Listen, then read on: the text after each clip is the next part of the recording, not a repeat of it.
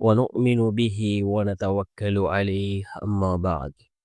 அன்பிற்குரிய அல்லாஹ்வின் நல்லடியார்களே, அன்பு சகோதரர்களே, நாம் தொடர்ச்சியாக பார்த்து வரக்கூடிய துஆக்களினுடைய திக்ருகளினுடைய தொகுப்பில் இன்று நாம் பார்க்க இருக்கின்ற விடயம் என்னவென்றால், இன்று இரவு நாம் இந்த துஆவை 141 தடவை ஓதுவோம்.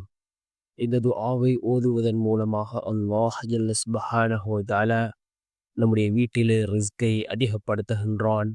நம்முடைய பொருளாதாரத்தில் அபிவிருத்தி ஏற்படும், செல்வ செழிப்பு உண்டாகும். நம்முடைய வாழ்க்கையில் உள்ள வறுமைகளை அல்லாஹ் நீக்குகின்றான். அப்படிப்பட்ட மிகச்சிறந்த ஒரு துஆவை தான் நாம் இன்றைய வீடியோவில் பார்க்க இருக்கின்றோம். அன்பார்ந்தவர்களே, அல்லாஹ்வின் நல்லடியார்களே, நாம் ஓதுவதற்கே ஏராளமான துஆக்கள் இருக்கின்றது. ரசூலுல்லாஹி ஸல்லல்லாஹு அலைஹி வஸல்லம் அவர்கள் நமக்கு ஏராளமான துஆக்களை கற்றுத் தந்திருக்கிறார்கள். அதே போன்று இமாம்கள் இந்த துஆக்களை தங்களுடைய வாழ்க்கையில் ஓதி அனுபவம் அடைந்திருக்கிறார்கள். அதனை அவர்கள் தங்களுடைய கிதாபுகளிலே பதிவு செய்திருக்கிறார்கள். அவர்கள் ஒவ்வொரு எண்ணிக்கை அளவு இந்த துஆக்களை ஓதியிருக்கிறார்கள். இந்த எண்ணிக்கை அளவு ஓதியதன் மூலமாக நம்முடைய எல்லா காரியங்களையும் அல்லாஹ் சீராக்கி தந்திருக்கின்றான் என்று இமாம்கள் தங்களுடைய கிதாபுகளே இந்த துஆக்களை பதிவு செய்திருக்கிறார்கள். அதே போன்று தான் இந்த துஆவை 141 தடவைகள் நாம் ஓதினால் அல்லாஹ் ஜல்ல சுப்ஹானஹு வ தஆலா நம்முடைய பொருளாதாரத்திலே அல்லாஹ் அபிவிருத்தியை ஏற்படுத்தி தருகின்றான். நம்முடைய வாழ்க்கையில் உள்ள வறுமைகளை அல்லாஹ் நீக்குகின்றான். செல்வ செழிப்பு உண்டாகும்.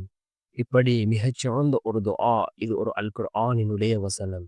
அல் குர்ஆனினுடைய 31வது அத்தியாயத்தின் 26வது வசனம். லில்லாஹி மா ஃபிஸ் ஸமாவாதி வல் அர்த் இன்னல்லாஹ ஹுவல் கனியுல் ஹமீத். லில்லாஹி மா ஃபிஸ் ஸமாவாதி வல் அர்த் இன்னல்லாஹ ஹுவல் கனியுல் ஹமீத். வானங்களிலும் பூமியிலும் உள்ளவை அல்லாஹுக்கே உரியவை. நிச்சயமாக அல்லாஹ் ஒரிடத்திலும் தேவையற்றவன், புகழுக்குரியவன் என்று பொருள்படக்கூடிய இந்த வசனத்தை 141 தடவைகள் ஓதுவோம். இந்த வசனத்தை ஓதுவதன் மூலமாக அல்லாஹ் ஜல்ல சுப்ஹானஹு வ தஆலா நம்முடைய வாழ்க்கையிலே ரிஸ்கை அதிகப்படுத்தி தருகின்றான்.